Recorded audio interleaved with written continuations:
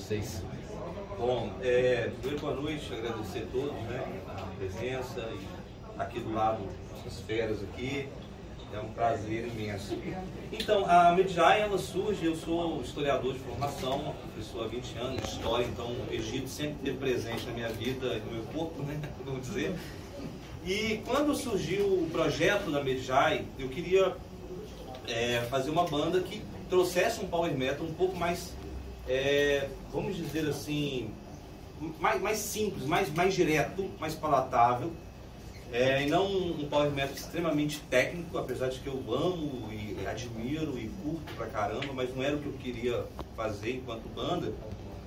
E queria pegar o conceito do Egito Antigo, das suas mitologias, trazer isso, aí a minha vez de professor, né, que sempre gostei de trabalhar com mitos em sala de aula para levar o aluno à reflexão da própria cultura, dos ensinamentos e tudo mais.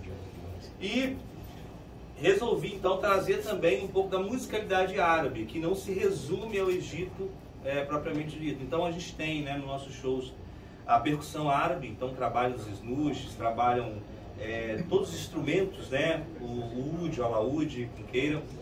E então é essa a ideia, mas a nossa base é o power metal, não diferentemente do Miraf, por exemplo, que é uma banda árabe fazendo metal. Nós somos uma banda de metal trazendo a influência, por isso que o nosso som é um pouco mais direto, a gente valoriza muito a questão dos riffs, né, nas nossas músicas, mas é trazer ser uma banda especificamente que fala tudo que ela trabalha, tudo que ela fala nas suas letras, remete à história do Egito Antigo. Então foi essa a proposta. Tem uma semelhança com o som daquela banda goiana Heretic do Brasil? Você já ouviu? Sim, conheço. Vocês fazem um som na mesma linha? Dá para dizer que é a mesma linha? Não. Porque eles trabalham muito prog metal, muito quebrado as músicas. E a gente tem uma veia um pouco mais, eu sou da década de 80, então eu sou do sax, eu sou do acept, eu sou do udo. Aliás, o udo para mim é o cara de cabeceira para mim compor. Então, assim, a minha vivência com metal também é nessa geração, né? Então eu queria algo mais heavy mesmo, mais direto. Eles não, eles quebram muito, mas é um trabalho muito foda, eles estão na Europa, chegaram da Europa há pouco tempo, né? Fazendo um trabalho fantástico. Ana Clara Mafra, Yara Almeida, Cissa Moreira, Cacá Magalhães. 4 meninas de 15, 16, 17 anos fazendo rock and roll, fazendo blues. É uma tendência? Dá para você imaginar que é uma tendência que você pode prever que mais gente vai seguir? Olha, eu acho que assim, tem muitas meninas, muitos meninos, muita gente da minha idade mesmo que ama rock and roll, ama heavy metal. É um público bem espalhado, mas tem bastante. E eu acho que quanto mais tiver pessoas da minha idade, e eu digo assim também, como é que eu posso dizer? Tipo, trazendo, de certa forma, colocando o rock and roll pra frente, o metal pra frente, porque o rock and roll faz isso, né? O metal, ele ultrapassa gerações. Eu acho que quanto mais, melhor. Entendeu? Então... E aí eu acho que tem até a ver com a sua observação, cara. Sim. Eu fiquei ouvindo aqui a turma ali falar, né? Que é muito bom ouvir o Dr. Sim falar. E eu tô muito feliz porque assim, você pega 16 anos, né? Você pega Armífero aqui, uma banda fazendo um trabalho novo, a Medjay, e você vê junto com o Dr. Sim. Então uma banda de 30 anos, uma banda que, puxa, eu nasci escutando inglês. Mas, pô, era a minha adolescência ouvindo o Dr. Sim. Então, cara, eu acho que responde muito pra você sobre essa questão, porque eu acho que o rock sempre foi subversivo. E qualquer estilo subversivo, cara, não tem que chegar às primeiras paradas, porque ele deixa de ser. Essa é a minha concepção. Então, o rock pra mim, desde a sua origem, ele é subversivo, a sua época, a sua região. É só o fato de a gente usar preto, como eu fui discriminado e quase, né? Eu também já fui. Saca? Então isso já é uma subversão, só o estilo de vestir, cara, as músicas em si. Então acho que nada que é subversivo do ponto de vista cultural vai chegar em primeiro, cara, nas paradas. Mas ao mesmo tempo, cara, tá vivo. Essa entrevista aqui de hoje e a pergunta aqui responde isso, cara. O metal tá vivo. Nós temos Aqui ele citou vários, uma galera de 16 anos já produzindo, não é só curtindo, produzindo música. E aqui a gente tem ao nosso lado uma banda de 30 anos, cara, que, pô, dispensa comentário. Então, eu acho que isso responde muito essa coisa de metal cada vez mais vivo.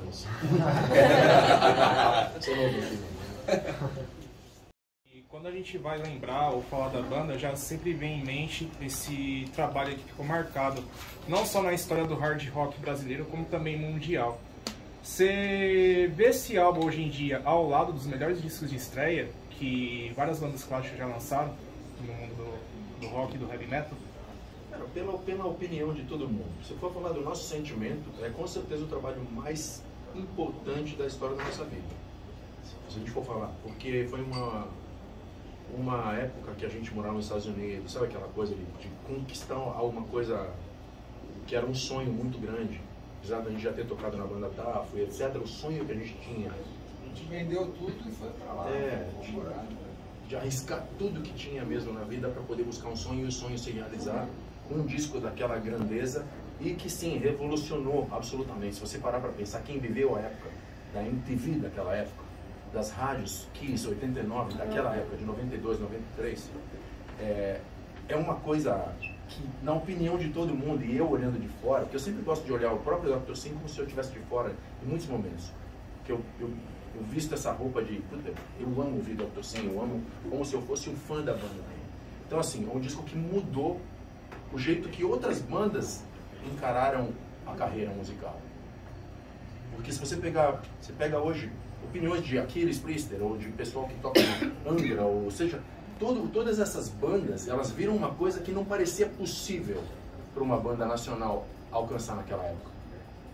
Não digo isso com uma linha de grandeza, digo isso porque a gente teve um momento que a gente furou uma coisa que era quase que impenetrável. De repente você tem uma banda lá, um trio, tocando no Hollywood Rock na mesma noite que o Nirvana, um disco sendo lançado em 12, 15 países mundialmente, indo muito bem, tocando na MTV, alcançando as paradas de sucesso, tema de novela, e o Dr. Sim moldou uma geração, eu diria, com esse primeiro álbum, que até hoje a força desse trabalho do primeiro álbum era tão grande que ela ainda é a maior coisa que nós fizemos até hoje na vida, ainda é desse ano de 93 e 94. Se você parar para pensar na bomba que foi, uma coisa muito explosiva e que... Era com uma gravadora grande. Uma gravadora grande, então as pessoas, pô, então a gente tem como fazer isso, né? Abriu a cabeça de muita gente falando, puta, vamos que nós vamos também conseguir. Os caras foram, lutaram, suaram e conseguiram uma coisa diferente. Então a gente vai e realmente tem opiniões de muitas bandas que foram atrás de um caminho que parecia impossível e buscaram isso. Então, para nós, que foi emblemático mesmo pelo fato da gravadora, pelo fato de você conseguir um contrato que parece coisa de filme na época, essas coisas, e das turnês que vieram, das histórias que vieram, e de quantas amizades a gente fez graças a tudo isso, e de quanta gente meio que falou, puta, deu certo para os caras, vai dar certo para nós também. Então a gente influenciou muita gente, graças a Deus. É o que eu estava falando agora sobre a opinião do rock and roll, essa coisa, você vai... Uma banda vai moldando a outra, vai inspirando a outra, né? E no caso, para nós, é um álbum gigante. Então, inclusive, a gente tem uma surpresa muito boa, porque vai ter relançamento do álbum na versão original mesmo, em CD, em LP. Então vai ser algo realmente, ainda esse ano, que comemora 30 anos.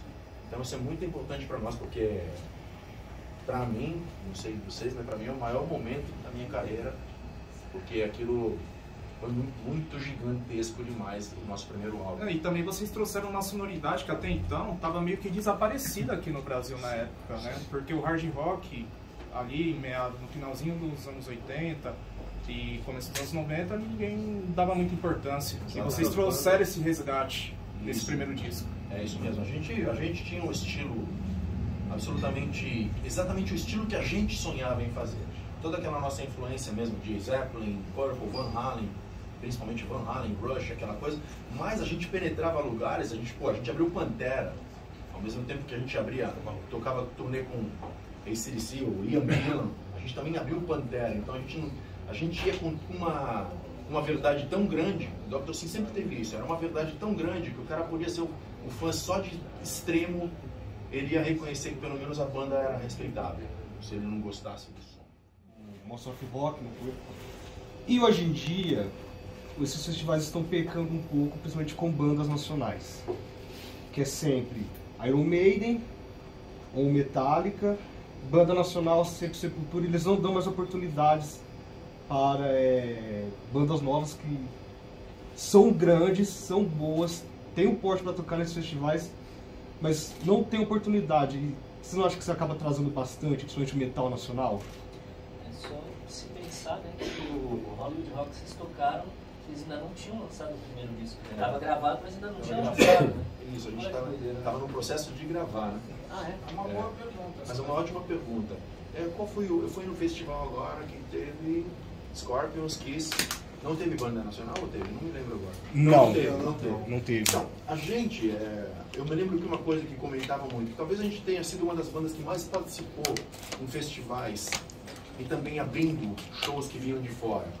Então, assim, muitas vezes eles falavam que um problema que eles tinham era que a banda precisava, se o show tivesse que parar 8h35, 8h36 o som seria desligado. E eu sei que aconteceram muitos problemas de bandas que ultrapassavam os limites e não respeitavam. Porque assim, o espetáculo, quando é um festival, você precisa respeitar muito aquele cronômetro. Porque se você atrasar 2 minutos aqui, o Kiss vai ser prejudicado lá no final. Então, eu acho que não sei se isso possa ter influenciado um pouco os moldes, não sei. Mas eu ouvi esse bochicho há um tempo atrás. E a gente sempre tinha muito cuidado com isso. A gente chegou a parar a música no meio, tipo, né? Você para o som, acabou, valeu, thank you. Porque, pô, se a gente passa 1 minuto, é pior, porque aí o cara corta teu som no PA. Você não é chamado mais. Você não é nunca mais chamado, então pode haver essas coisas. Agora, eu faço votos que cada vez mais bandas sejam chamadas. Porque existe hoje, um movimento gigante de bandas maravilhosas. Tanto muito conhecidas quanto as que estão chegando agora, que são bandas incríveis. Nós como produtores musicais também, a gente convive com, meu Deus, onde esses caras estavam? Que banda é essa? Sabe? Então, vai chegando banda, quando a gente vai tocar em lugares longínquos aí, banda que a gente não conhece, os caras arregaçam, né? Eu confesso que eu não conhecia o Mad Giant, até tocar com eles em BH. Pô, que maravilha, você vê uma banda altamente profissional, com puta estrutura, com um pensamento de uma coisa legal que eles trazem, que eu amo, que é essa coisa teatral do rock and roll, né?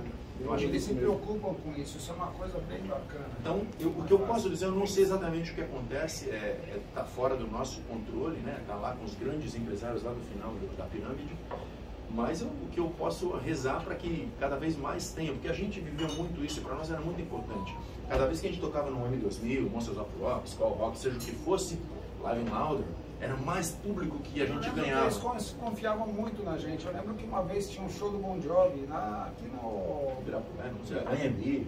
Não, era naquele, perto do Círculo Militar lá. Essa história é muito longa. Aí a gente estava ensaiando.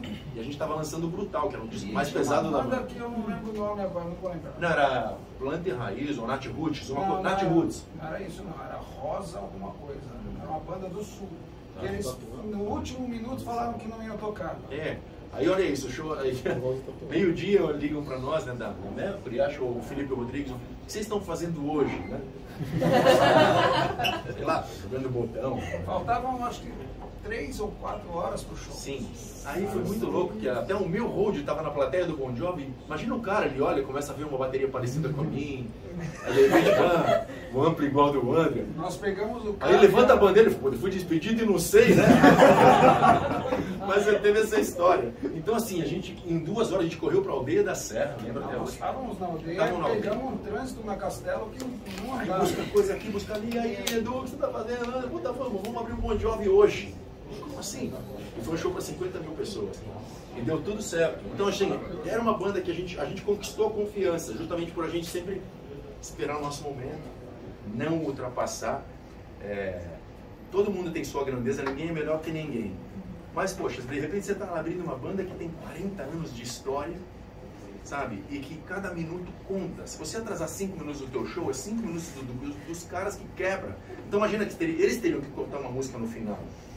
Isso não é justo, né? Então acho que assim, a gente tem que, a hierarquia, aquela coisa, sabe, todos os seres humanos são exatamente iguais ao respeito, mas eu acho que num evento, você tem que, a principal coisa que uma banda tem que aprender é seguir as regras para que, sabe, para que tudo dê certo no evento em geral. Né? Não, respeito é sempre importante. Então o que ele quis dizer é que a gente conquistou essa confiança e, pô, numa dessa, num dia, o cara meio-dia te liga para você estar lá 2 horas montando o palco para abrir um Bon Jovi para 50 mil pessoas. Isso aí é falar. Tem uma coisa acontecendo, cara, que é muito importante e isso aqui é prova disso, né? As bandas estão se juntando para fazer os seus próprios festivais. Aliás, a galera na Europa entendeu isso, né? E o sertanejo universitário entendeu isso há muito tempo. E porque até um certo tempo, eu toco desde os 9 anos de idade. Era bem difícil você juntar uma banda com a grandiosidade do Dr. Sim, por exemplo, assim, juntar outras bandas que estão na sua caminhada, ainda construindo sua, né? E hoje, cara, isso tem acontecido. Nós tocamos agora num festival, que é o Into the Dark, que até aconteceu aqui em São Paulo, depois foi para BH, Juiz de Fora e Rio, que eles juntaram 3 bandas, que levam uma outra banda convidada e faz o seu próprio festival com uma estrutura legal e tudo mais. E isso também a gente vem começando a fazer com as bandas headline, por exemplo, né? Nós estamos falando aqui do Dr. Sim, por exemplo. E é legal, porque os caras se abrem para isso. Porque, assim, pra gente também é uma oportunidade imensa estar no mesmo evento que o Dr. Sim está. Então isso é um fenômeno que está acontecendo, a gente tem provado muito isso em Belo Horizonte. Bom, vamos ver. Não, mas já tivemos outras vezes. Mas, então assim, isso tem ajudado muito, cara, porque fazer o trabalho autoral não tem sido fácil, né? Você abrir espaços para a banda se apresentar com uma certa estrutura não tem sido fácil.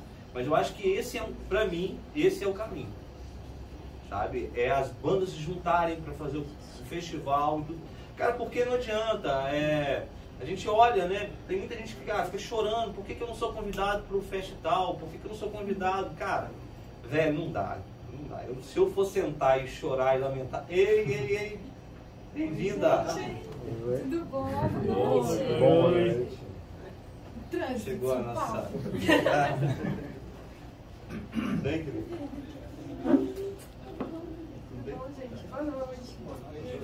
Então, a gente tem... Eu acho que esse é um caminho, cara, de se fortalecer. Cada vez que a gente puder estar com uma banda do nível do Sim. Tem a Maia, que agora que chegou, do top. Então, assim, estar junto a essas bandas e fazer os próprios festivais tem sido um caminho que eu acho que é o caminho viável. A questão da estrutura do show. Né? A Nifla, na verdade, ela vai fazer o show de estreia dela no dia 18. É uma honra, inclusive, estar lá, né, das lendas e da banda que está caminhando aí para ser mais uma lenda aí do cenário do metal brasileiro. A nossa estrutura de show, né, ela não é uma mega estrutura. Só que a gente quer entregar um show bom, um show que tenha elementos também cenográficos, não seja só, né, 100 pessoas em cima de um palco tocando uma música. A gente quer entregar alguma coisa a mais também. A questão de espaço é complicada já pela nossa formação. Somos 6 pessoas. Né? Não é qualquer casa de show que vai aguentar a gente tocando só nós. Sobre a questão do retorno, como a gente faz para ter um retorno? Isso é um pensamento que nós estamos tendo a longo prazo.